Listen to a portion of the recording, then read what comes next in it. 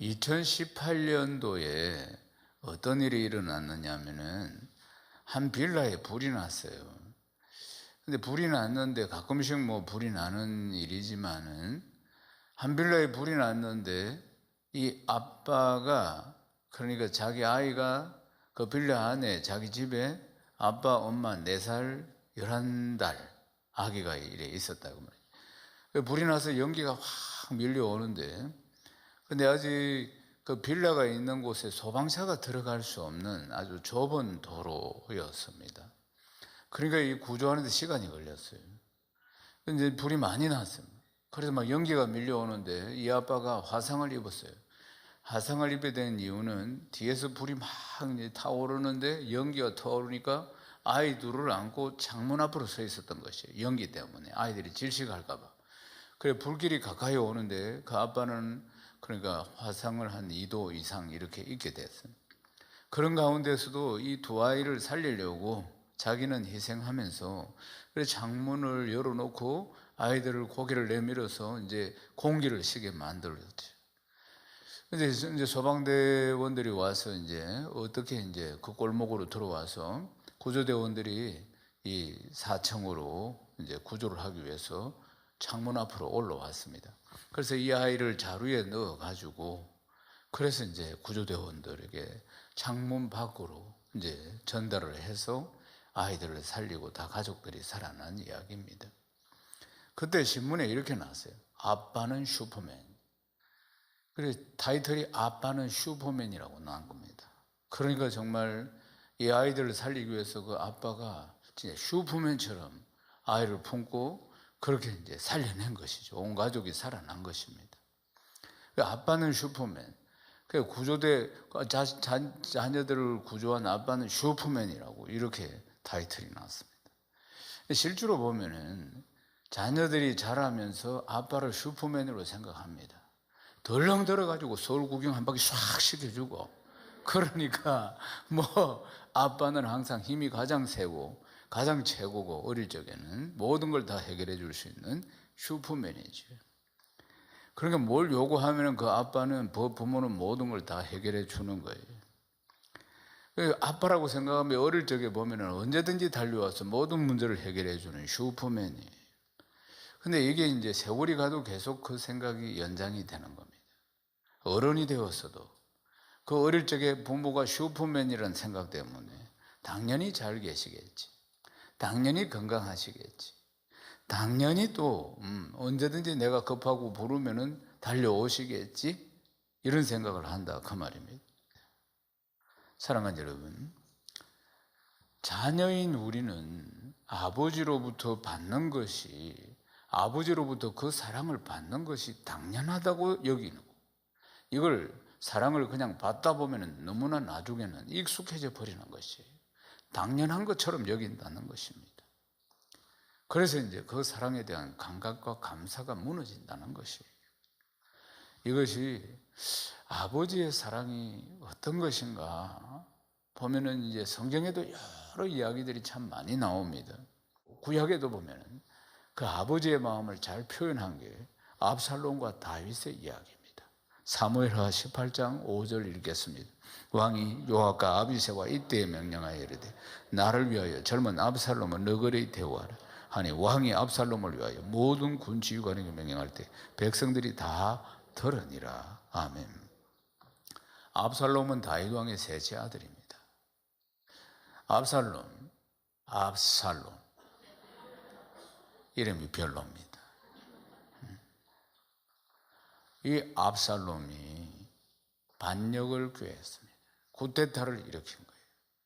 자기 아버지를 죽이고 자기가 왕이 되겠다고 달라든 겁니다. 압살롬이.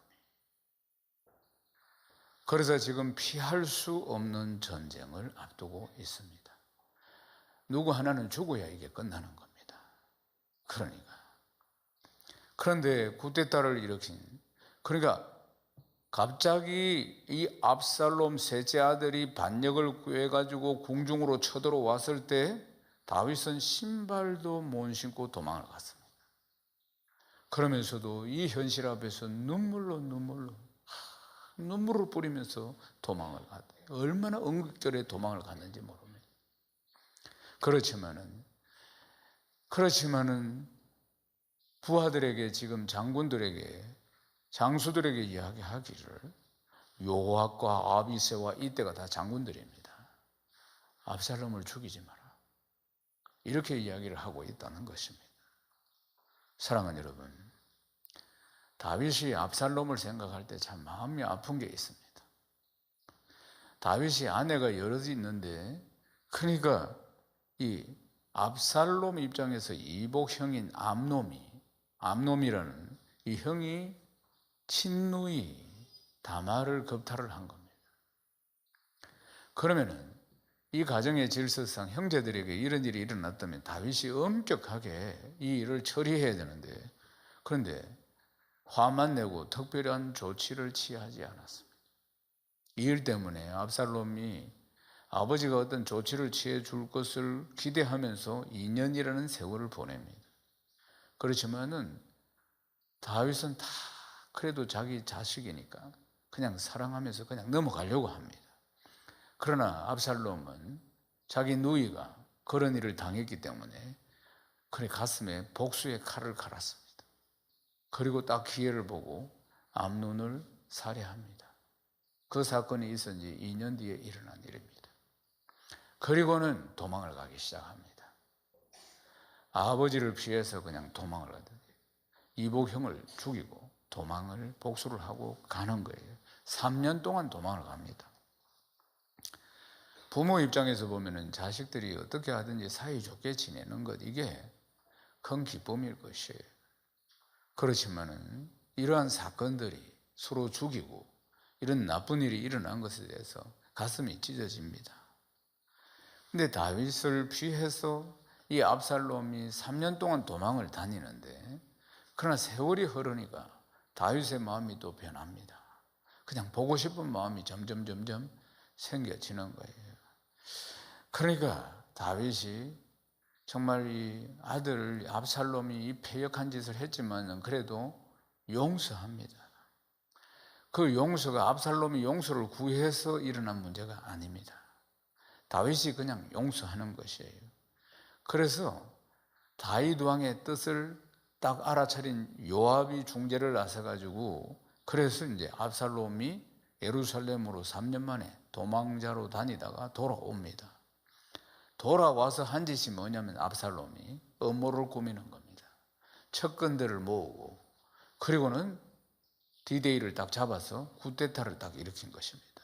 압살롬이 그 아버지가 용서를 했는데도 불구하고 압살롬은 왕위를 쟁탈하기 위해서 그렇게 해서 왕궁으로 쳐들어오는 것입니다. 쿠데타가 일어난 것이에요. 다윗이 이제는 이것을 피해서 정처 없이 길을 떠나게 됩니다. 압살롬이 어떤 짓을 하느냐, 그러니까 다윗 왕의 후궁들을 백주 대낮에 백성들 보는 데서 동침을 합니다. 완전히 페루나 중에 페루나입니다. 인간적으로 생각하면은 아들이 아닙니다. 그러니까 죽여 마땅한 페루나다 이 말이에요. 그런데 다윗이 지금 이 상황 가운데서 이해할 수 없는 명령을 하는 겁니다. 그러니까 누구 하나 죽어야지 이 전쟁이 지금 끝나는데, 그런데 압살롬을 죽이지 말라, 이렇게 이야기를 하는 거예요. 차라리 내가 죽을지언정 압살롬 죽는 걸 내가 못 보겠다, 이 뜻이라 그 말입니다. 전쟁이 벌어졌습니다. 그리고는 이제 어떤 일이 일어났느냐, 압살롬이 성경에 보면은 머리카락이 아주 빛나고 결이 굉장히 좋다고 이야기합니다. 달비가 좋다 이 말이죠. 이제 우리가 어릴 적에 보면은 달비사이수 머리카락을 모아가지고 또는 팔아서 가발을 만들고 그랬다니. 그걸 보니까 이 압살롬이 머리카락이 굉장히, 옛날 남자도 머리를 길렀으니까 굉장히 결이 좋고 빛났다. 성경은 얼마나 좋으면 그랬을까, 그렇게 표현을 하고 있습니다. 압살롬이 나귀를 타고 지금 전쟁 중에 막 가고 있다가 머릿결을 날리면서, 이전에 보면 샴푸 선전할 때 보니까 머리를 막 확 하니까 샥 돌아가야 돼요. 그것처럼 아주 머리카락을 날리면서 바람에 나귀를 타고 다다다다다다 가고 있는데 머리카락이 상수리 나무에 탁 걸린 겁니다. 그러면 어떻게 됩니까? 나귀는 앞으로 빠져나가고 상수리 나무에 머리카락이 걸려가지고 대롱대롱 매달린 것입니다. 이 보고를 요압이 딱 봤습니다. 그 요압이 바로 가서 창을 심장에 딱 찔러가 그저 적셔서 딱 죽여버리죠.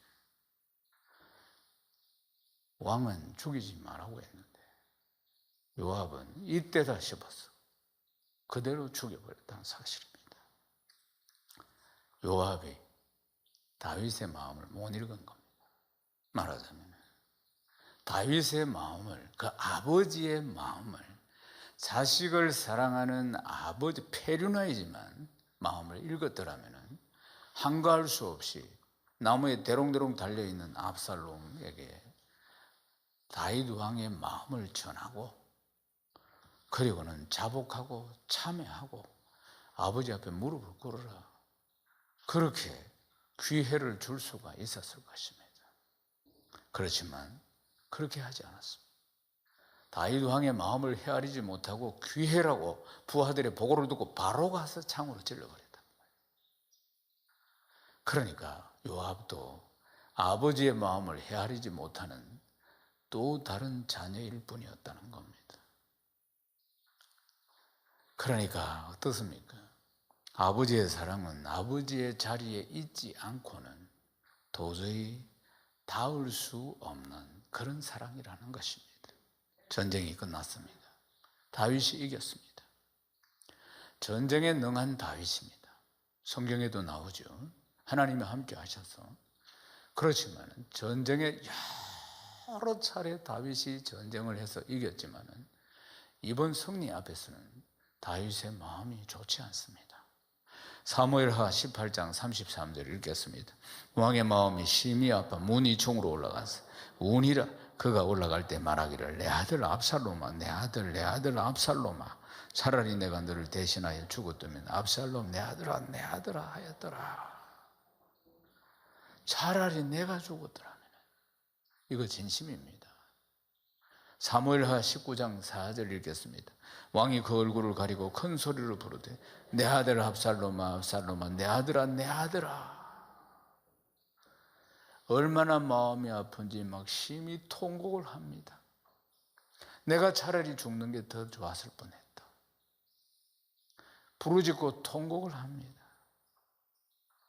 자기 목에다 칼을 겨눈 아들입니다. 그 아버지를 죽이려고, 진짜 죽이려고 달라든 아들이라 그 말이에요. 그리고 백조 된낮에 폐륜을 저지르는 아들입니다. 그런데 정말 이해할 수 없는 사랑을 지금 다윗이 이야기하는 겁니다. 정말 신비에 가까운 사랑인 거죠. 보통으로는 이해하기 어렵습니다. 사랑하는 여러분, 하나님 아버지의 사랑을 우리는 받아 누리고 있는데 하나님 아버지의 사랑을 다 이해해서 받아 누리는 것 아닙니다. 그저 주셨기 때문에 받아 누리고 있는 겁니다. 이치가 똑같은 것입니다. 오늘 말씀의 제목이 뭡니까? 경외하라. 지금부터 말씀을 바로 딱 정신을 차리고 들어야죠. 오늘 말씀이 무슨 내용인지 알 수가 있습니다. 출애굽기 20장 12절 말씀 읽겠습니다. 네 부모를 공경하라. 그리하면 네 하나님 여호와가 내게 준 땅에서 내 생명이 길리라. 아멘. 내 부모를 공경해라. 신명기 5장 16절입니다. 너는 내 하나님 여호와께서 명하시는데 내 부모를 공경하라. 그리하면 네 하나님 여호와께서 내게 준 땅에서 내 생명이 길고 복을 누리리라. 아멘. 이 말씀은 전부 십계명에 들어가 있는 말씀입니다. 그러니까 부모를 공경해야 되는 것이 자녀로서 윤리적이고 도덕적인 차원에서 당연한 것이지만 이것은 그 이상의 지금 이야기를 지금 하고 있다는 것입니다. 공경이라는 단어가 그런 뜻입니다. 공경하라. 이 뜻이 무슨 뜻이냐면 영광을 돌려라, 찬미하라. 히브리 원어가 바로 이런 뜻입니다. 그런데 이 단어가 기록된 것이 성경에 4번밖에 없다. 그러니까 방금 우리가 출애굽기를 읽고 신명기를 읽었는데 거기 보면 공경하라, 부모를 공경하라 할 때 공경이라는 단어가 딱 나왔습니다. 그 다음 나머지 부모를 공경하라 해서 공경이라는 이 단어가 두 번 딱 쓰였고, 그 다음 하나님을 공경해야 된다, 여기에 또 두 번 딱 쓰여졌습니다. 잠언 3장 9절을 읽겠습니다. 네 재물과 네 소산물의 처음 익은 열물 여호와를 공경하라. 이사야 24장 15절입니다. 그러므로 너희가 동방에서 여호와를 영화롭게 하며 바다 모든 섬에서 이스라엘 하나님 여호와의 이름을 영화롭게 할 것이라. 잠언 3장 9절에도 여호와를 공경하라. 이사야 24장 15절에 여호와 이름을 영화롭게 하라. 영화롭게, 똑같은 단어입니다. 영화롭게 딱 두 번 하나님께 서여졌습니다. 성경 어디에도 이 네 번 외에는 누구를 공경해라는 내용이 전혀 없습니다. 전혀 없습니다. 왕에게도 선지자에게도 이 백성들이 가장 존경하는 인물이 모세인데도 모세를 공경하라 이런 단어가 없습니다. 모세를 공경하고 영화롭게 해라, 전혀 그런 단어가 없습니다. 여호와 하나님을 공경하라, 영화롭게 하라, 부모를 공경하라, 영화롭게 하라, 여기에만 사용되고 있다는 것입니다. 그것도 강력하게 명령조로 하고 있다. 명령으로. 경외하라 이 말씀도 마찬가지입니다. 경외하라는 단어는 오직 하나님께만 서여진다고 우리가 알고 있습니다. 경외하는 것에 대해서. 그런데 예외가 있습니다. 부모님에게 쓰고 있는 거예요. 레위기 19장 3절 읽겠습니다. 너희 각 사람은 부모를 경외하고 나의 안식일을 지키라. 나는 너희의 하나님 여호와니라. 아멘.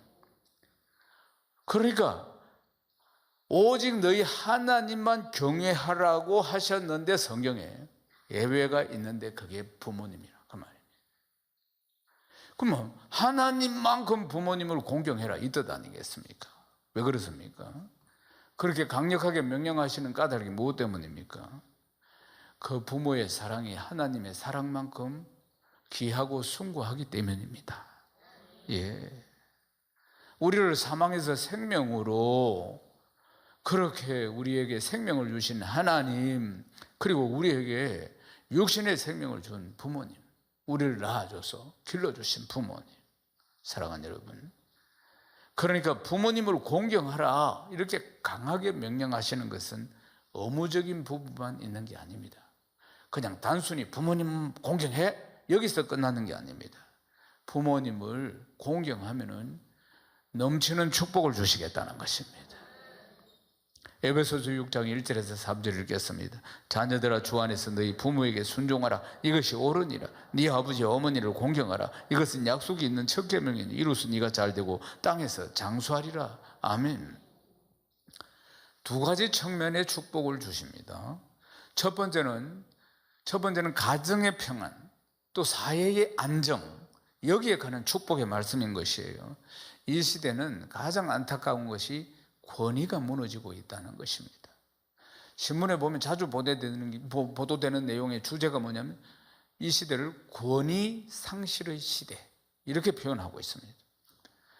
그 기사 내용들을 보면은 가정에서 할아버지, 아버지, 그리고 학교에 가면 학교 교사 이런 권위가 추락함으로 해서 가정의 질서도 학교의 질서도 사회적인 질서가 무너지고 있다는 것입니다.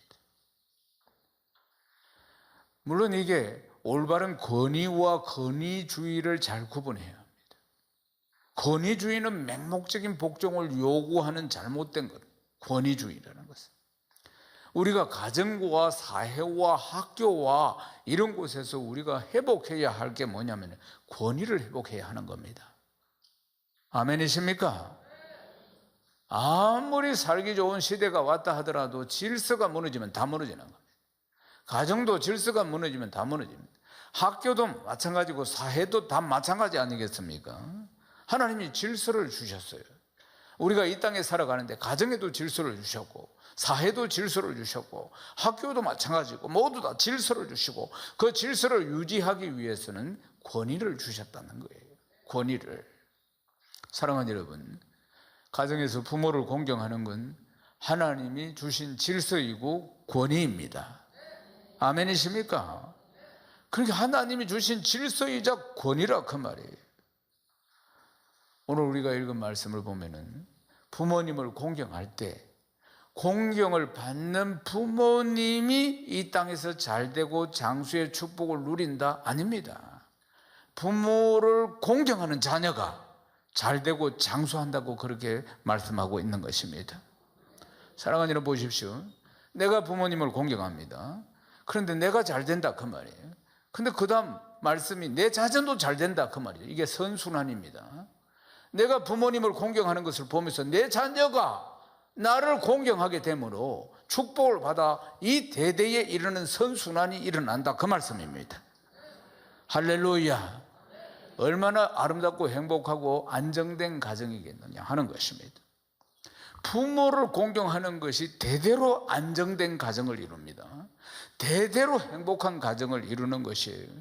그래서 주님 안에서 이 안정된 가정들이 세워져야 가정이 건강한 가정이고 안정된 가정이 되어야지 사회가 건강한 사회가 되고 안정된 사회가 되는 줄로 믿습니다. 사랑하는 여러분, 또 한 측면에서 생각할 수 있는 축복이 뭐냐면 순종할 때 받는 축복입니다.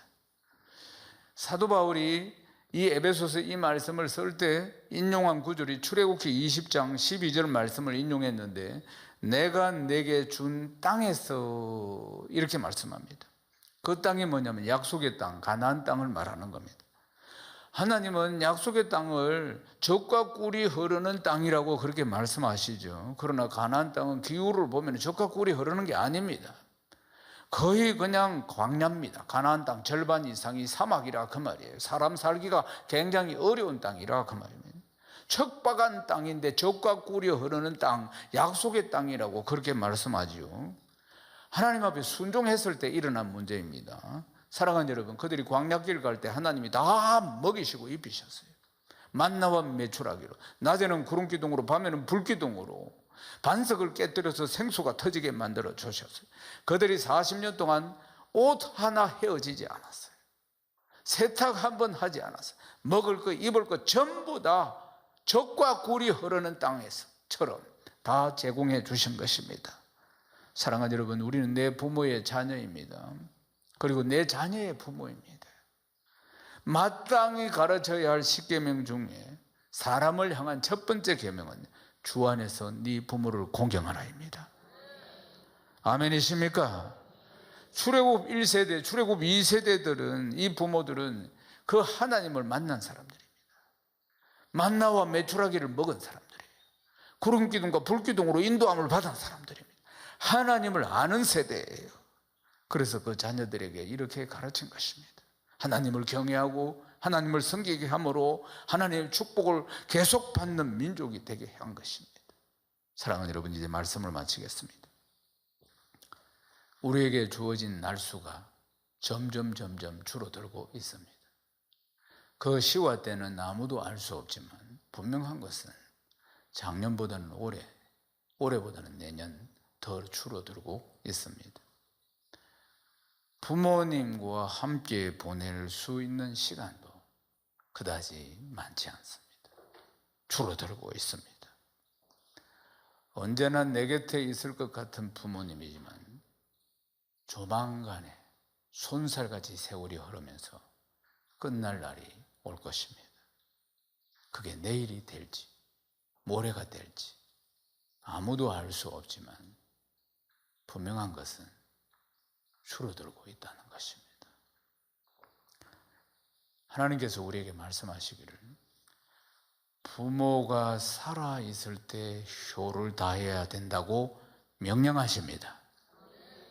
사랑하는 여러분, 일평생 나를 위해 헌신하신 부모님, 효를 다하여서 후회 없는 삶을 사는 성도가 되시길 주님의 이름으로 축원합니다. 어버이 주일입니다. 어버이 주를 맞이해서 하나님께서 나에게 복된 삶을 살게 하시려고 보내주신 부모님, 그 부모님의 사랑과 헌신을 깊이 생각하고 부모님께 그리고 하나님께 감사드리는 복된 주일 되시기를 주님의 이름으로 축원합니다.